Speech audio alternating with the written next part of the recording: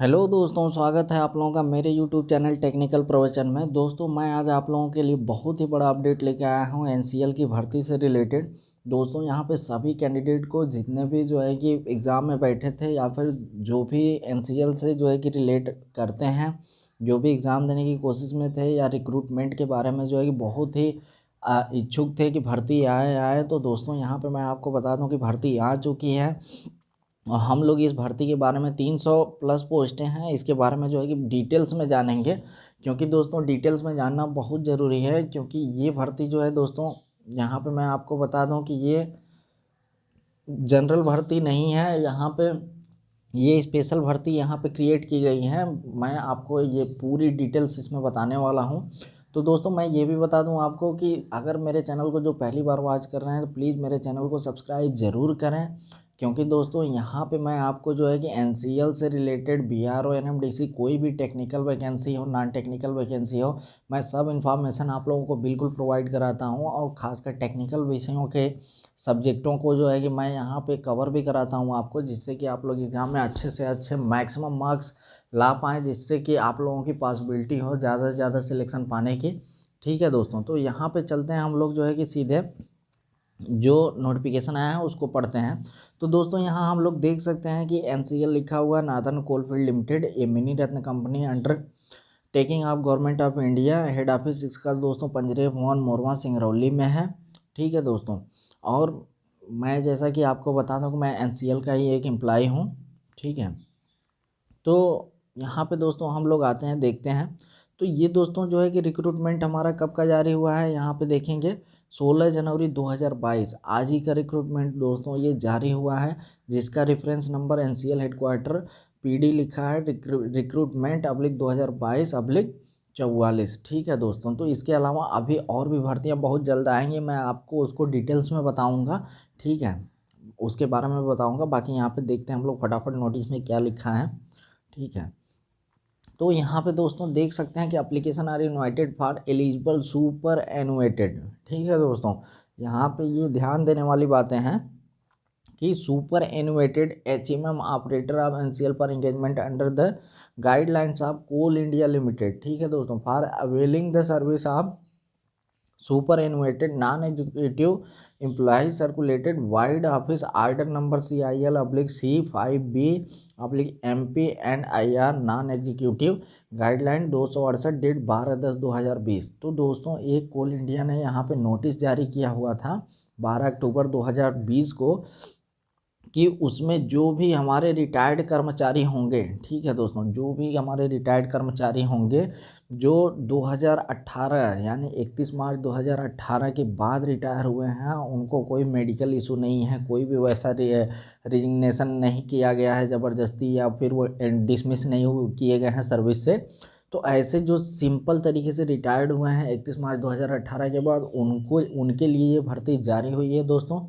माफ़ करिएगा, ये दोस्तों जो है कि नॉर्मल कैंडिडेट के लिए भर्ती नहीं है, यहाँ पे मैं आपको बता दूँ। लेकिन सबसे अच्छी बात यह है कि 2022 में रिक्रूटमेंट प्रोसेस शुरू हो चुका है। तो ये बहुत ही बड़ी खुशखबरी वाली बात है। हमारे जो है कि माननीय नए CMD साहब जो है माननीय श्री भोला सिंह जी जो है कि यहाँ पे ज्वाइन कर चुके हैं ड्यूटी, और कार्यभार भी अपना ग्रहण कर चुके हैं। तो इसके वजह से कुछ उम्मीदें लगाई जा सकती हैं। वैसे भी भर्ती दोस्तों मैं बता दूं आपको, अभी मैं क्लियरली, क्योंकि मैंने एक बार जो है कि यहाँ पे वैकेंसी आप लोगों को अपलोड करके बताया था कि इतने तक आ जाएगी, लेकिन दोस्तों दुर्भाग्यवश जो है कि भर्ती उस समय नहीं आ पाई। कोविड पैंडेमिक कह लीजिए, या फिर दोस्तों कह लीजिए CMD साहब का रिटायरमेंट, तो दुर्भाग्य से वो भर्ती नहीं आ पाई। फिर भी फरवरी में सुनने में आ रहा है कि जनरल नॉर्मल रिक्रूटमेंट आ जानी चाहिए। तो दोस्तों, जब तक आ नहीं जाती तब तक मैं वीडियोस नहीं बनाऊंगा। ठीक है, वैसे सुनने में आ रहा है कि 1000 प्लस भर्ती आ जाएगी, तो वो बातें अलग हैं। अभी हम लोग देखते हैं आगे क्या होता है। बाकी यहाँ पे देखेंगे दोस्तों, तो यहाँ पे देख सकते हैं दोस्तों, इसके बारे में बहुत ज़्यादा डिटेल्स में हम लोग बात नहीं करेंगे, पोस्ट वगैरह देख लेते हैं, इससे हम लोग एक आंकड़ा लगा सकेंगे कि कितनी भर्तियाँ आ सकती हैं। तो यहाँ पे देख सकते हैं दोस्तों, ड्रैग लाइन ऑपरेटर टोटल जो है कि यहाँ पे 8 टाइप की भर्तियाँ हैं। ठीक है, 8 टाइप की भर्तियां हैं। पहला ड्रैग लाइन ऑपरेटर है, dozer operator, grader, surface miner, dumper, shovel, payloader, crane operator. यानी टोटल पोस्टें दोस्तों ये HMM ऑपरेटर से रिलेट करती हैं। यहाँ पे जो है कि मिनिमम एसेंशियल क्वालिफिकेशन दे रखा गया है कि हाई स्कूल होना चाहिए, ITI diesel mechanic, motor mechanic, fitter होना चाहिए, जिसके साथ valid NCVT SCVT trade certificate होना चाहिए और वैलिड जो है कि HMV लाइसेंस होना चाहिए।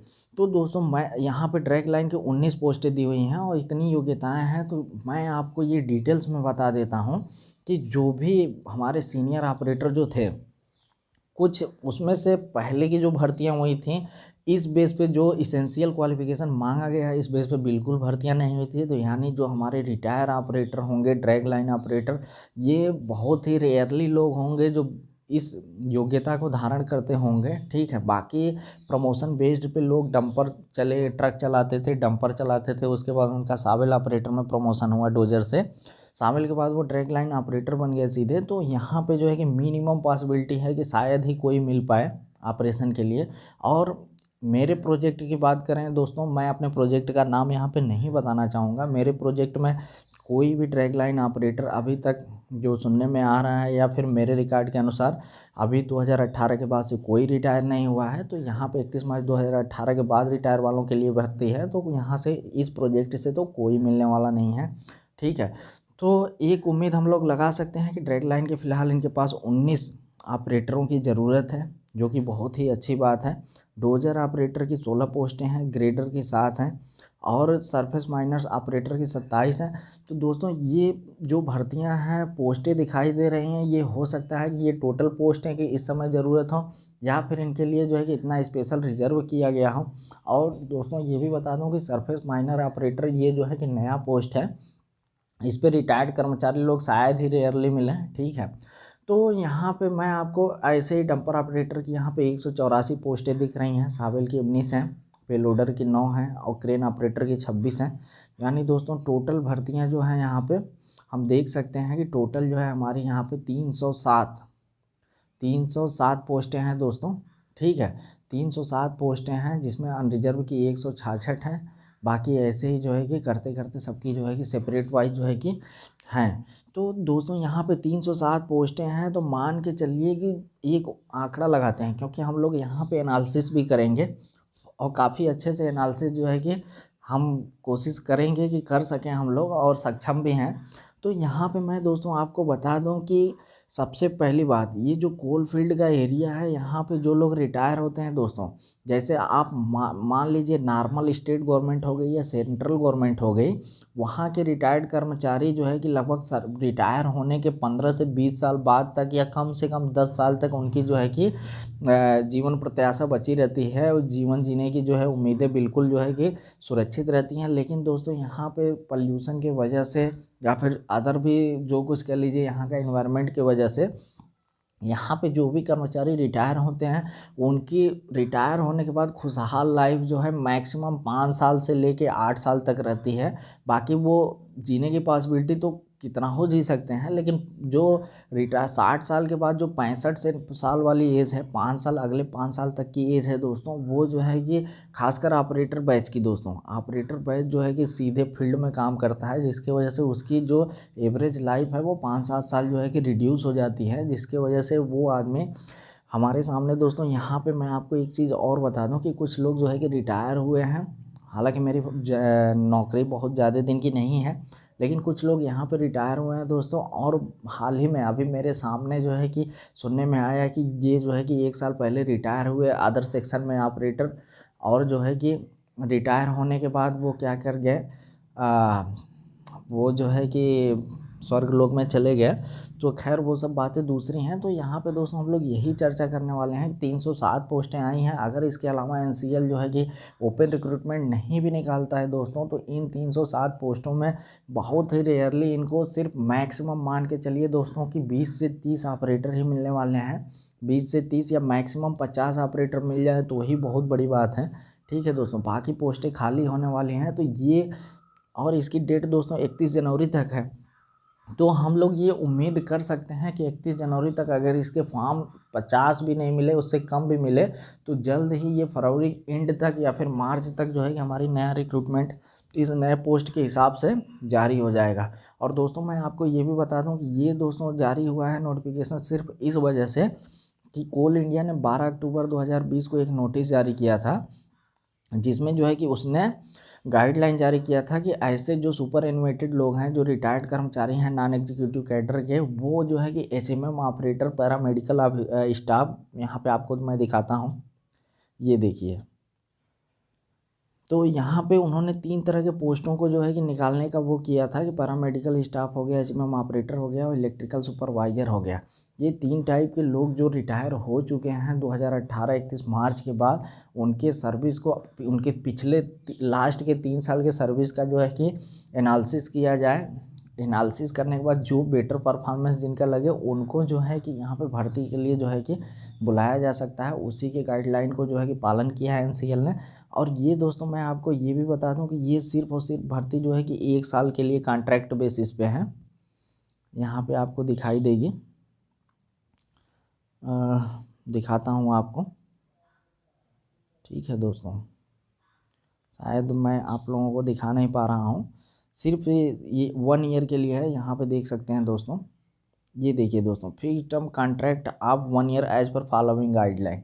ठीक है दोस्तों, तो ये फिक्स्ड टर्म बेसिस है, सिर्फ घबराना नहीं है इन लोगों से। ये लोग आएंगे तो सिर्फ और सिर्फ 1 साल ही रहेंगे कॉन्ट्रैक्ट बेस पे, और मुझे नहीं लगता कि ज़्यादा लोग मिलेंगे।